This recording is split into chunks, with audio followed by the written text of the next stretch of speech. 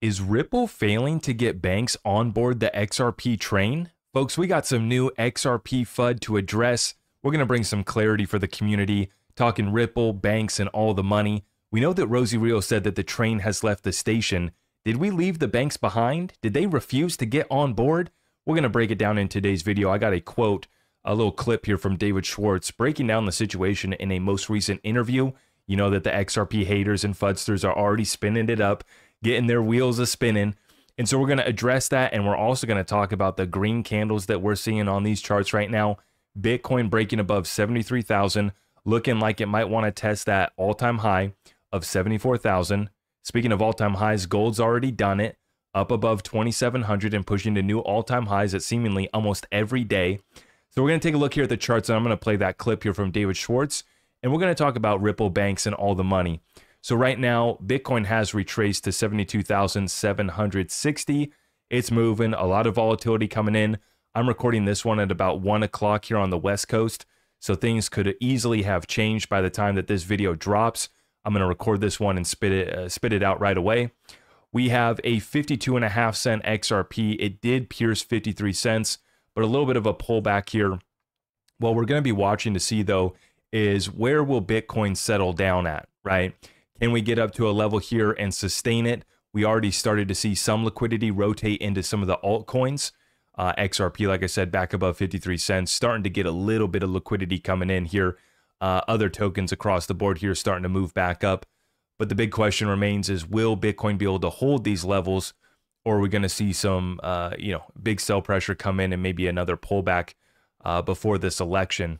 Right now, it looks like a pump is underway in all of these assets in anticipation of a Trump victory. I just saw that Rasmussen actually put out a poll showing that Trump's have a lead of about 48 to 46% to Kamala. 2,784 is the gold price right now. Like I said, already at a new all-time high and continuing to climb. We'll be watching it very closely.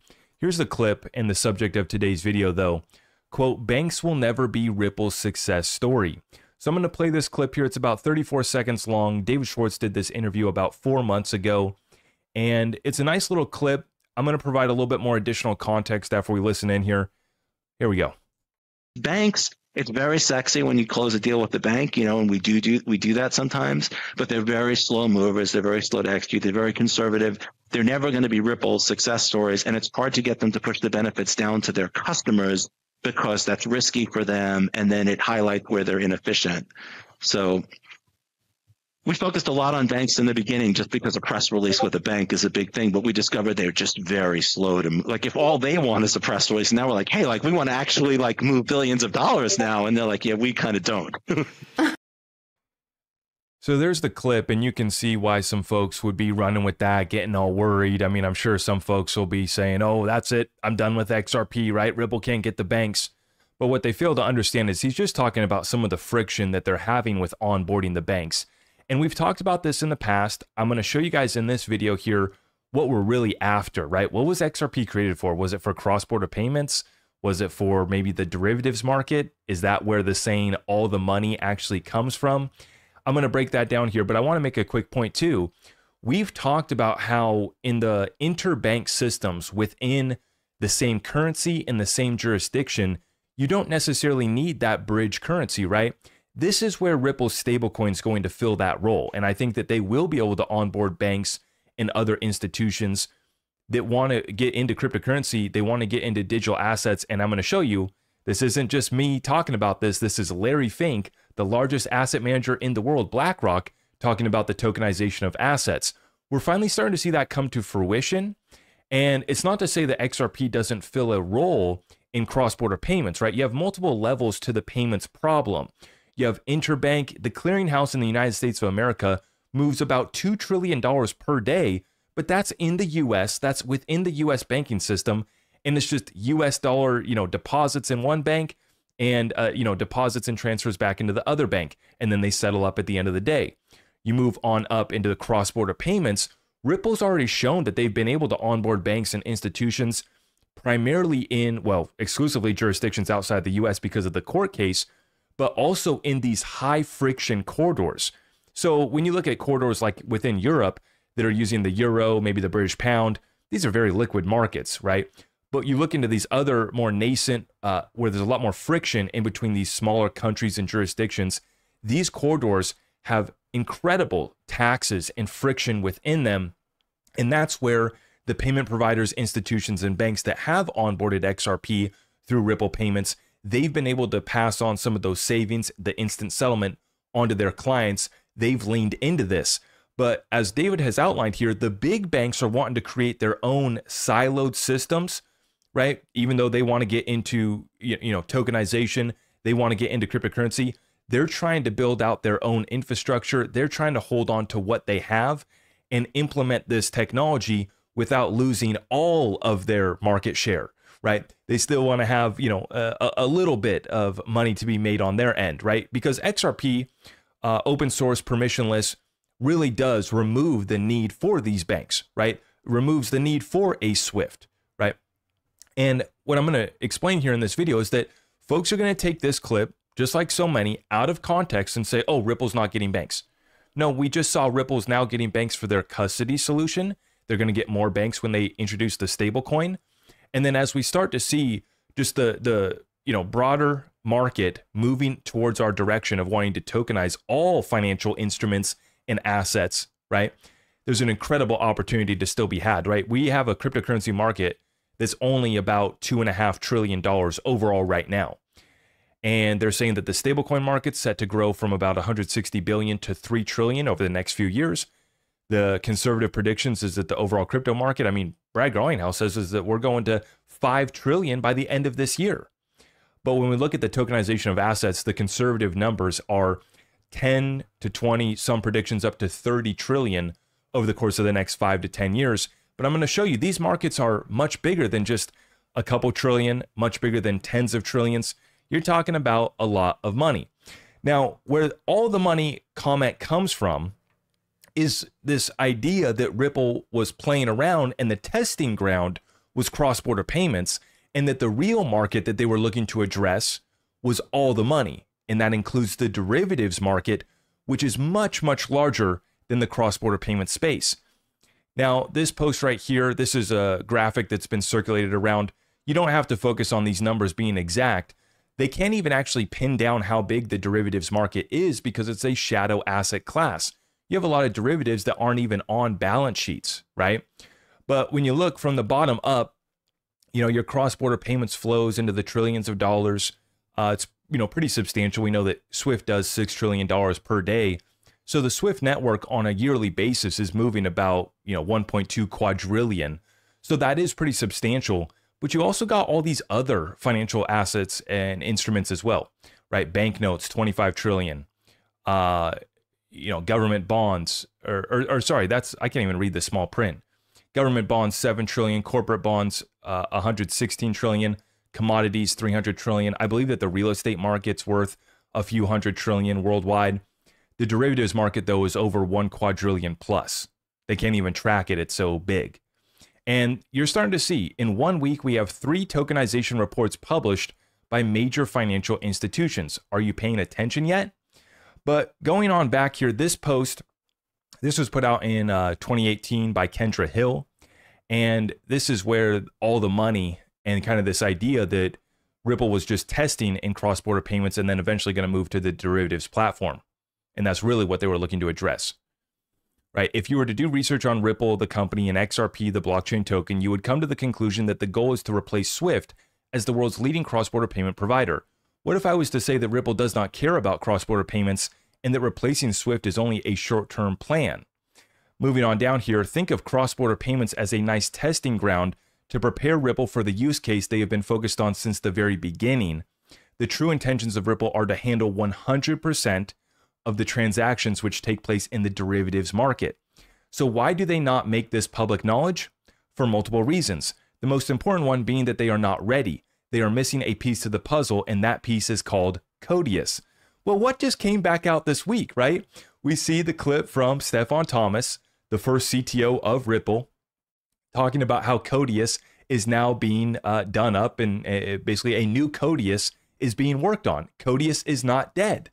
So funny enough, right? At the same time that we got this statement made by David Schwartz. Everybody's getting all worried about it. We look at this, zoom out a little bit, go back and look through the rest of our research. A lot of new people coming into XRP have no idea about all of this, research that we've conducted so far. This led us to believe that, yeah, Ripple's not just looking to tackle the cross-border payments platform. That was a good first use case, a good proof of concept, and they still are working on that. And it's so funny because folks keep on saying that Ripple's pivoting. No, they're not. They're just adding. They're not taking away. They're not directing another, they're not going another way. They're not pivoting. They're just adding, right? They are adding custody. They are adding the stablecoin business. They're still working on cross-border payments. They're still adding new clients for ODL, which is now, they had RippleNet, they had ODL. Now it's just Ripple Payments. Now they have Ripple Custody. And then here soon, they're going to have the Ripple stablecoin. So they're not pivoting. They're just adding to this infrastructure layer that they've been building out. And you got to remember too, that Ripple's always said that XRP is the heartbeat of Ripple. They're not pivoting. They're not leaving XRP at all. Now, take it from me, that's one thing.